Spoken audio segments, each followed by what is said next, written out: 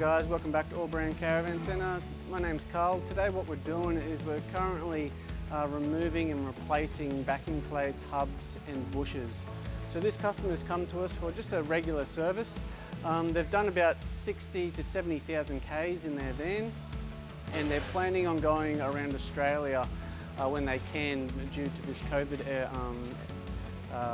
thing that we're having at the moment. So at the moment they've come in, we've inspected their hubs and their backing plates, and they're pretty much all rooted. On the backing plates, all the magnets were flogged out, their hubs were worn, and basically their bushers had a lot of play in them. So what we're doing is we're just going to replace the whole lot of them and then get them back on the road nice and safe, basically.